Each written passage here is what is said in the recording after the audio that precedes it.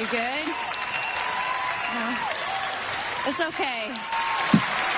I didn't quite catch the end of that. You said, I love you. Maggie. Maggie Dunn was her name. When John Foster stepped onto the American Idol stage, he looked like a lot of other hopefuls. A small-town kid with a guitar and a dream. He was polite, humble, and had a classic country voice that felt like it belonged to another era. But what the judges and the audience couldn't see was the profound weight he was carrying.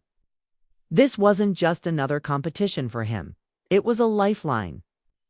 While many people on that stage are chasing fame, John Foster was singing for a completely different reason. He was singing to survive on New Year's Eve 2022. A devastating car crash stole the lives of two beloved local teenagers, shattering John Foster's world. In the depths of his grief for his close friend, he picked up a guitar and poured his pain into a song that would become his own form of therapy and capture the heart of a nation.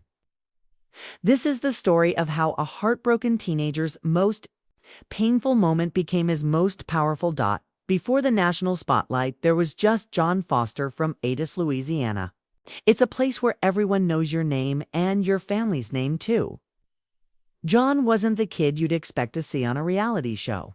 By his own admission, he was more of a science geek, a driven student who graduated as co-valedictorian of his class at Brusley High School.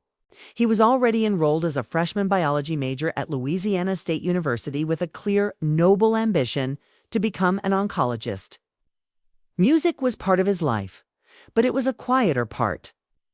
Influenced by neo-traditional country legends like George Strait and Keith Whitley, he'd started playing guitar at 15, cutting his teeth in local dive bars. His world was small, but it was full. And a huge part of that world was his close friend, Maggie Dunn. Maggie, 17, and her friend Carolyn Gill, 15, were both vibrant, beloved cheerleaders at Brusley High. Their energy was a fixture in the school and the community. Then came New Year's Eve 2022. It was a night that should have been filled with the promise of a new year. But instead, it became a demarcation line in John's life. The before and the agonizing after. That night, Maggie, Carolyn, and Maggie's brother Liam were in a car driving through the neighboring town of Brusley. At the same time, a police chase that began in Baton Rouge was spilling into their parish. An A's police officer joined the high-speed pursuit. Witnesses and official reports later painted a terrifying picture. The officer was allegedly traveling at nearly 90 miles per hour and ran a red light that had been red for over 20 seconds. Kay didn't brake. At that intersection, he slammed into the car carrying the three teenagers. The impact was catastrophic. Maggie Dunn and Carolyn Gill were killed. Liam survived but was left in critical condition. The news ripped through the small, tight-knit communities of Atis and Brusley. It was a senseless, violent end to two bright young lives. A tragedy made all the more incomprehensible because it was caused by an officer sworn to protect. For John Foster, who was 17 at the time, the world simply ceased to make sense. He got the call that no teenager should ever receive. His friend was gone. The grief was a crushing, suffocating weight that left him speechless. He'd always struggled to express his feelings. And in the face of this unimaginable loss, words failed him completely. The community mourned together, holding a candlelight vigil at the high school football field. But for John, the collective grief couldn't penetrate his personal desolation. In the immediate aftermath, he was shattered, lost in a fog of a reality he couldn't accept. The path forward was not just unclear, it was non-existent on the days and weeks that followed. John retreated. The science geek, the co-valedictorian, the boy with a plan, that person was gone, replaced by someone haunted by the silence his friend had left behind. Grief is a language all its own, and John didn't know how to speak it. He found his way to the bayou, that iconic, soulful landscape of Louisiana. It was there, alone with his heartache, that he finally found an outlet. He picked up his guitar. It had been a hobby, but now it was an anchor. As tears fell, a melody began to form. Words followed, not crafted or clever, but raw and honest, born directly from his anguish. He wasn't trying to write a hit. He was just trying to breathe. He was writing a letter to his friend, a message he couldn't deliver in person. He later described the song he wrote as the most beautiful yet most horrific thing he had ever created. It was beautiful because it was a pure expression of his love for his friends, and horrific because of the unfathomable tragedy from which it grew. The song wrestled with the senselessness of it all, with heartbreaking pleas like, "Lord, won't you tell that angel I love her?" It was his therapy. It was his eulogy. It was his final conversation. This song became a turning point. In giving his pain a voice, he found a flicker of light. There was another force pushing him forward too. Before she passed away, Maggie had left John a simple, encouraging note. "Never give up on your singing dreams. Your voice is too good to go unheard." That note became his mission. He wasn't just singing for himself anymore. He was singing for Maggie. He was singing to keep a promise. He started playing more local shows, and people began to notice. His voice, steeped in the traditions of his country heroes, now carried an emotional weight that was impossible to ignore. This wasn't a kid playing covers anymore. This was an artist sharing his soul. The journey to one of music's biggest stages was about to begin. Not because he was chasing stardom, but because a tragedy had given him a story that needed to be told and a promise that needed to be kept. Walking into the American Idol audition, this time was different. Armed with Maggie's note and a story etched into his heart, he went to Nashville for the season 23 auditions.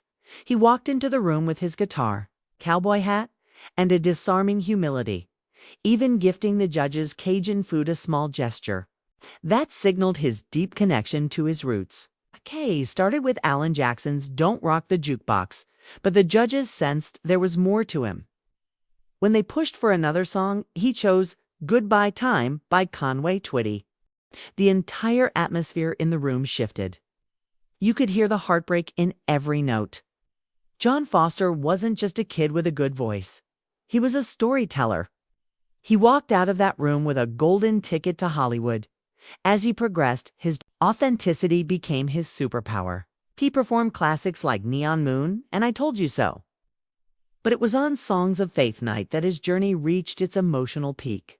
He chose to perform his original tribute song. This wasn't just a strategic choice. It was an act of profound courage. With Maggie's mother in the audience, he was about to share his most private pain with millions.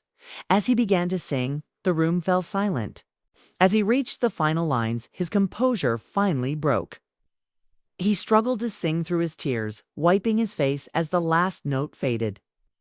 Ryan Seacrest gently asked what the song was about. "It was for my friend Maggie Dunn," he explained, his voice trembling. She and Caroline Gill were both killed in a car accident. The performance went viral, and the song shot up the iTunes charts.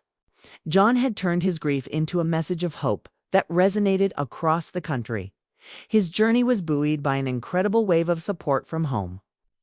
The towns of Adas and Brusley rallied behind him with fierce pride. Signs lined the streets. And when he made it to the top 3, the entire parish threw him a hero's welcome. A parade rolled down the street, and thousands gathered for a free concert.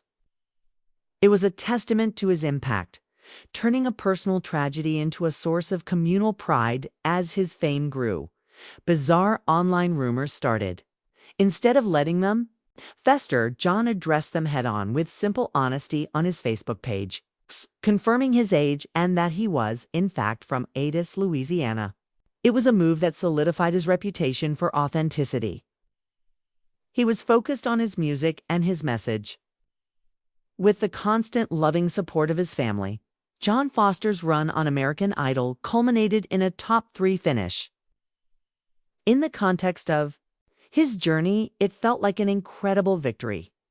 He had kept his promise to Maggie. He had given his pain a purpose. John Foster's story didn't end when the camera stopped rolling. In fact, his top 3 finish on American Idol was just the beginning of a new chapter. He left the show with a platform and a profound sense of purpose. He continues to play shows and write music, but he hasn't abandoned the other part of his dream. He has returned to his studies at LSU, still planning to become an oncologist. It's a surprising path for a rising music star. It speaks volumes about his character. For John, music and medicine aren't opposing forces. Plucy, they are two sides of the same coin, two ways to bring healing to a world that desperately needs it. He even envisions a future where he can be a singing oncologist, using both his voice and his knowledge to help people through their darkest moments. The journey of John Foster is a powerful testament to the resilience of the human spirit. He didn't win the title, but he won the hearts of a nation by staying true to himself, its roots, and the memory of his friends.